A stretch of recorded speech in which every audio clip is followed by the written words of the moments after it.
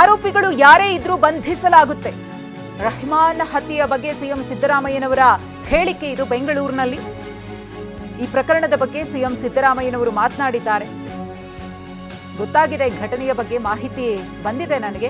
ಆರೋಪಿಗಳು ಯಾರೇ ಇದ್ರೂ ಕೂಡ ಅವರನ್ನ ಅರೆಸ್ಟ್ ಮಾಡ್ತೀವಿ ಎಂದಿದ್ದಾರೆ. ನಾನು ಈಗ ಗೊತ್ತಾಯ್ತು ಮಂಗಳೂರಿನಲ್ಲಿ ಬಂಟ್ವಾಳದಲ್ಲಿ ಒಂದು ಮರ್ಡರ್ ಆಗಿದೆ ಅಂತ. ಬಟ್ ಕೂಡಲೇ ಯಾರ ಆರೋಪಿಗಳಿದ್ದಾರೆ ಅವ್ರನ್ನ ಕೂಡಲೇ ಅರೆಸ್ಟ್ ಮಾಡಿ ಅಂತ ಹೇಳಿದ್ದೀನಿ ಪೊಲೀಸ್ನವರು. ನಾನು ಈಗ ಗೊತ್ತಾಯ್ತು ಮಂಗಳೂರಿನಲ್ಲಿ ಬಂಟ್ವಾಳದಲ್ಲಿ ಒಂದು ಮರ್ಡರ್ ಆಗಿದೆ ಅಂತ. ಬಟ್ ಕೂಡಲೇ ಯಾರ ಆರೋಪಿಗಳಿದ್ದಾರೆ ಅವ್ರನ್ನ ಕೂಡಲೇ ಅರೆಸ್ಟ್ ಮಾಡಿ ಅಂತ ಹೇಳಿದ್ದೀನಿ ಪೊಲೀಸ್ನವರು.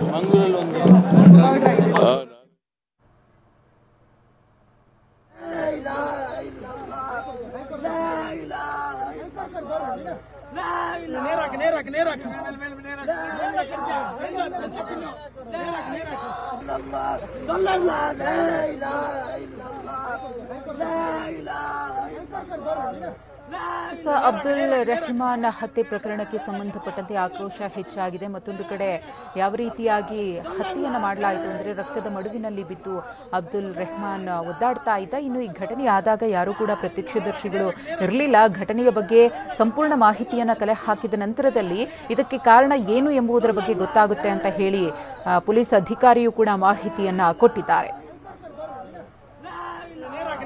ಈ ಕುರಿತು ಮತ್ತಷ್ಟು ಮಾಹಿತಿಯನ್ನ ಕೊಡ್ತಾರೆ ನಮ್ಮ ಪ್ರತಿನಿಧಿ ಪೃಥ್ವಿ. ಇದೀಗ ನೇರ ಸಂಪರ್ಕದಲ್ಲಿದ್ದಾರೆ. ಪೃಥ್ವಿ, ಈ ಹತ್ಯೆಯನ್ನ ಖಂಡಿಸಿ ದೊಡ್ಡ ಮಟ್ಟದಲ್ಲೇ ಪ್ರೊಟೆಸ್ಟ್ ನಡೆದಿದೆ. ರಸ್ತೆ ತಡೆ ನಡೆಸಿ ಹೋರಾಟವನ್ನ ಮಾಡ್ತಿದ್ದಾರೆ. ಹಾಗೆಯೇ ಪೊಲೀಸರ ಮೇಲೂ ಕೂಡ ಪ್ರೆಷರ್ ಜಾಸ್ತಿ ಇದೆ. ಈ ಘಟನೆಯ ಬಗ್ಗೆ ಸಂಪೂರ್ಣವಾದ ಮಾಹಿತಿಯನ್ನ ಕಲೆ ಹಾಕೋ ನಿಟ್ಟಿನಲ್ಲಿ ಹೇಗೆ ನಡೀತಾ ಇದೆ ಕಾರ್ಯಾಚರಣೆ ಅಂತ ಹೇಳಿ, ಸದ್ಯಕ್ಕೆ ಅಲ್ಲಿನ ಸ್ಥಿತಿಗತಿ ಹೇಗಿದೆ ಪೃಥ್ವಿ? ಖಂಡಿತ ಮಧುಶ್ರೀ, ಇವತ್ತು ಏನು ಮಧ್ಯಾಹ್ನ ಸುಮಾರಿಗೆ ಈ ಒಂದು ಕೊಲೆ ಆಗುತ್ತೆ. ಕೊಲೆ ಆದ ಬಳಿಕ ಈಗ ಆ ಒಂದು ಮೃತದೇಹವನ್ನು ಇವಾಗ ಮಂಗಳೂರಿನ ಒಂದು ಖಾಸಗಿ ಮೆಡಿಕಲ್ ಕಾಲೇಜ್ನಲ್ಲಿ ಇರಿಸಲಾಗಿರುವಂಥದ್ದು. ಅಲ್ಲಿ ಪೊಲೀಸ್ ಪ್ರೊಟೆಕ್ಷನ್ ಕೂಡ ಇದೆ. ಸೊ ಮರಣೋತ್ತರ ಪರೀಕ್ಷೆ ಕೂಡ ಇವಾಗ ನಡೀತಾ ಇರುವಂಥದ್ದು. ಸೊ ಅವರ ಬಿಗಿಪಟ್ಟು ಏನಂತ ಹೇಳಿದರೆ ನಾಳೆ ಬೆಳಗ್ಗೆ ಅದನ್ನ ಮೆರವಣಿಗೆ ಮೂಲಕ ತಗೊಂಡು ಹೋಗಬೇಕು ಅಂತೇಳಿ, ಆದರೆ ಪೊಲೀಸರು ಅದಕ್ಕೆ ಅವಕಾಶ ಕೊಡೋದಿಲ್ಲ ಅಂತ ಹೇಳಿರುವಂಥದ್ದು. ಮತ್ತೆ ಈಗ ಸದ್ಯಕ್ಕೆ ಮಂಗಳೂರು ಕಮಿಷನರೇಟ್ ವ್ಯಾಪ್ತಿಯಲ್ಲಿ ಮತ್ತೆ ದಕ್ಷಿಣ ಕನ್ನಡ ಜಿಲ್ಲಾ ವ್ಯಾಪ್ತಿಯಲ್ಲೂ ಕೂಡ ಈಗ ನಿಷೇಧಾಜ್ಞೆಯನ್ನ BNS 163 ಆಕ್ಟ್ ಅಡಿಯಲ್ಲಿ ಹಾಕಿರುವಂತದ್ದು. ಸದ್ಯಕ್ಕೆ ಮಂಗಳೂರು ಕಮಿಷನರೇಟ್ ವ್ಯಾಪ್ತಿಯಲ್ಲಿ ಮಂಗಳೂರು ಪೊಲೀಸ್ ಕಮಿಷನರ್ ಅನುಪಮ್ ಅಗರ್ವಾಲ್ ಅವರು ಒಂದು ನಿಷೇಧಾಜ್ಞೆಯನ್ನು ಹೊರಡಿಸಿದ್ರೆ, ದಕ್ಷಿಣ ಕನ್ನಡ ಜಿಲ್ಲಾದ್ಯಂತ ಏನು ಅಪರ ಜಿಲ್ಲಾಧಿಕಾರಿ ಆನಂದ್ ಅವರು ಈ